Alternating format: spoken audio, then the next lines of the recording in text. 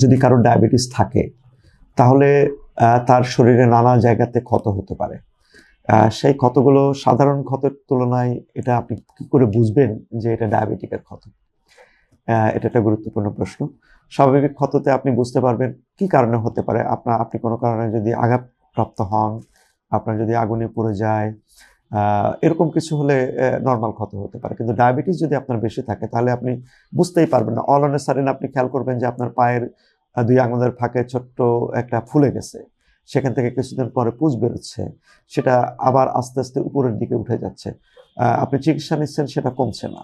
অর্থাৎ ডায়াবেটিস আপনি পরীক্ষা করাতে গেলে তখন দেখবেন যে আপনার শরীরে রক্তে গ্লুকোজের পরিমাণ অনেক বেড়ে গেছে, হিমোগ্লোবিন A1C বেড়ে গেছে।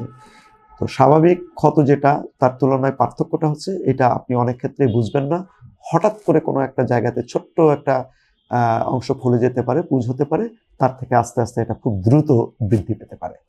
অর্থাৎ ডায়াবেটিক আলসার বা ক্ষতর ক্ষেত্রে আপনাকে খুবই সজাগ থাকতে হবে যাতে এটা না হয়। এটা হলে দ্রুত চিকিৎসকের পরামর্শ নিতে হবে।